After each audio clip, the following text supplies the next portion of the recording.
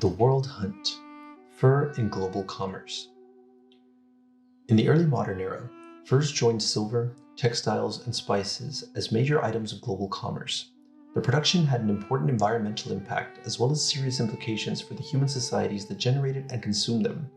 Furs, of course, had long provided warmth and conveyed status in colder regions of the world, but the integration of North America and of Northern Asia, Siberia, into a larger world economy vastly increased their significance in global trade. By 1500, European population growth and agricultural expansion had sharply diminished the supply of fur-bearing animals such as beaver, rabbits, sable, marten, and deer. Furthermore, much of the early modern era witnessed a period of cooling temperatures and harsh winters known as the Little Ice Age, which may well have increased the demand for furs. The weather is bitterly cold and everyone is in furs, although we are almost in July, observed a surprised visitor from Venice while in London in 1604. These conditions pushed prices higher. The cost of a good quality beaver pelt, for example, quadrupled in France between 1558 and 1611. This price increase translated into strong economic incentives for European traders to tap the immense wealth of fur-bearing animals found in North America. At the same time, the collapse of Native American populations in North America caused by the Great Dying led to the regrowth of forest habitats for fur-bearing animals and deer herds. Like other aspects of imperial expansion, the fur trade was a highly competitive enterprise. The French were the most prominent in the St. Lawrence Valley, around the Great Lakes, and later along the Mississippi River. British traders pushed into the Hudson Bay region, and the Dutch focused their attention along the Hudson River in what is now New York. They were frequently rivals for the great prize of North American furs.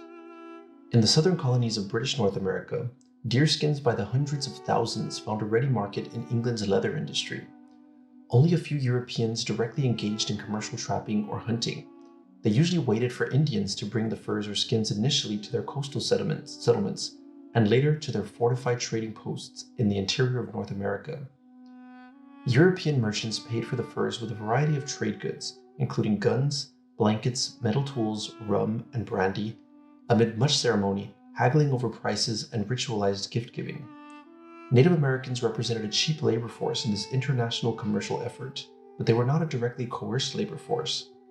Over the 3 centuries of the early modern era, enormous quantities of furs and deerskins found their way to Europe, where they considerably enhanced the standard of living in those cold climates.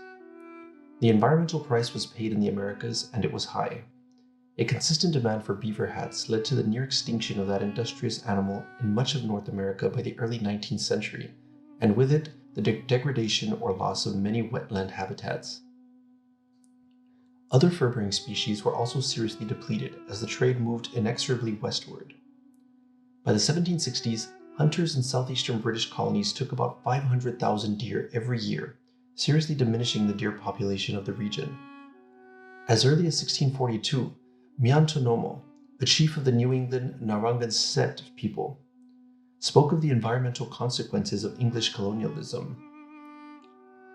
"You know our fathers had plenty of deer and skins, and our plains were full of game and turkeys, and our coves and rivers were full of fish. But brothers, since these Englishmen have seized our country, they have cut down the grass with scythes and the trees with axes. Their cows and horses eat up the grass, and their hogs spoil our bed of clams. And finally, we shall all starve to death." For the Native American peoples who hunted, trapped, processed, and transported these products, the fur trade bore various benefits, particularly at the beginning. The Hurons, for example, who lived on the northern shores of Lake Erie and Ontario in the early 17th century, annually exchanged some 20,000 to 30,000 pelts, mostly beaver, and in return received copper pots, metal axes, knives, cloth, firearms, and alcohol. Many of these items were of real value, which strengthened the Hurons in their relationships with neighboring peoples. These goods also enhanced the authority of Huron chiefs by providing them with gifts to distribute among their followers. At least initially, competition among Europeans ensured that Native American leaders could negotiate reasonable prices for their goods. Furthermore, their important role in the lucrative fur trade protected them for a time from the kind of extermination, enslavement, or displacement that was the fate of native peoples in Portuguese Brazil. Nothing, however, protected them against the diseases carried by Europeans. In the 1630s and 1640s, to cite only one example of many, about half of the Hurons perished from influenza, smallpox, and other European-borne diseases. Furthermore, the fur trade generated warfare beyond anything previously known. Competition among Native American societies became more intense as the economic stakes grew higher. Catastrophic population declines owing to disease-stimulated mourning wars designed to capture people who could be assimilated into much diminished societies. A century of French-British rivalry for North America forced Native American societies to take sides, to fight and to die in these European imperial conflicts. Firearms, of course, made warfare far more deadly than before. Beyond the fur trade, many Native American people sought actively to take advantage of the new commercial economy now impinging upon them. The Iroquois, for example, began to sell new products, such as ginseng root, much in demand in China as a medicine. They also rented land to Europeans, worked for wages in various European enterprises, and started to use currency when barter was ineffective. But as they became enmeshed in these commercial relationships, Native Americans grew dependent on European trade goods. Among the Algonquins, for example, iron tools and cooking pots replaced those of stone, wood, or bone. Gunpowder weapons took the place of bows and arrows. European textiles proved more attractive than traditional beaver and deerskin clothing. And flint and steel were found to be more effective for starting fires than wooden drills. A wide range of traditional crafts were thus lost, while the native peoples did not gain a corresponding ability to manufacture the new items for themselves. Enthusiasm for these imported goods and continued European demands for furs and skins frequently eroded the customary restraint that characterized traditional hunting practices, resulting in the depletion of many species.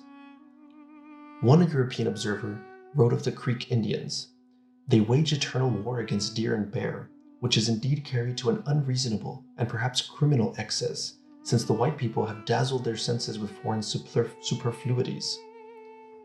Alongside germs and guns, yet another highly destructive European import was alcohol, rum and brandy in particular. Whiskey, a locally produced grain-based alcohol, only added to the problem. With no prior experience of alcohol and little time to adjust to its easy availability, these drinks hit Indian societies with explosive force. Binge drinking, violence among young men, promiscuity, and addiction followed in many places. In 1753, Iroquois leaders complained bitterly to European authorities in Pennsylvania. These wicked whiskey sellers, when they have once got the Indians in liquor, make them sell their very clothes from their backs. If this practice be continued, we must be inevitably ruined. In short, it was not so much the fur trade itself that decimated Native American societies, but all that accompanied it: disease, dependence, guns, alcohol, and the growing encroachment of European colonial empires. All of this had particular implications for women. A substantial number of Native women married European traders according to the custom of the country, with no sanction from civil or church authorities. Such marriages eased the difficulties of this cross-cultural exchange, providing traders with guides, interpreters, and negotiators. But sometimes these women were left abandoned when their husbands returned to Europe. More generally, the fur trade enhanced the position of men in their societies, since hunting or trapping animals was normally a male occupation. Among the Ojibwa, a gathering and hunting people in the northern Great Lakes region, women had traditionally acquired economic power by creating food, utensils, clothing, and decorations from the hides and flesh of the animals that their husbands caught. With the fur trade in full operation, women spent more time processing those furs for sale than in producing household items, some of which were now available for purchase from Europeans. And so, as one scholar put it, women lost authority and prestige. At the same time, however, women generated and controlled the trade in wild rice and maple syrup, both essential to the livelihood of European traders. Thus, the fur trade offered women a mix of opportunities and liabilities. Paralleling the North American fur trade was the one simultaneously taking shape within a rapidly expanding Russian Empire, which became a major source of furs for Western Europe, China, and the Ottoman Empire. The profitability of that trade in furs was the chief incentive for Russia's rapid expansion during the 16th and 17th centuries across Siberia, where the soft gold of fur-bearing animals was abundant. The international sale of furs greatly enriched the Russian state, as well as many private merchants, trappers, and hunters. Here the silver trade and the fur trade intersected, as Europeans paid for Russian furs largely with American gold and silver. The consequences for native Siberians were similar to those in North America, as disease took its toll, as indigenous people became dependent on Russian goods, as the settler frontier encroached on native lands, and as many species of fur-bearing mammals were seriously depleted. In several ways, however, the Russian fur trade was unique. Whereas several European nations competed in North America and generally obtained their furs through commercial negotiations with Indian societies, no such competition accompanied Russian expansion across Siberia. Russian authorities imposed a tax or tribute, payable in furs, on every able-bodied Siberian male between 18 and 50 years of age. To enforce the payment, they took hostages from Siberian societies, with death as a possible outcome if the required furs were not forthcoming. A further difference lay in the large-scale presence of private Russian hunters and trappers who competed directly with their Siberian counterparts.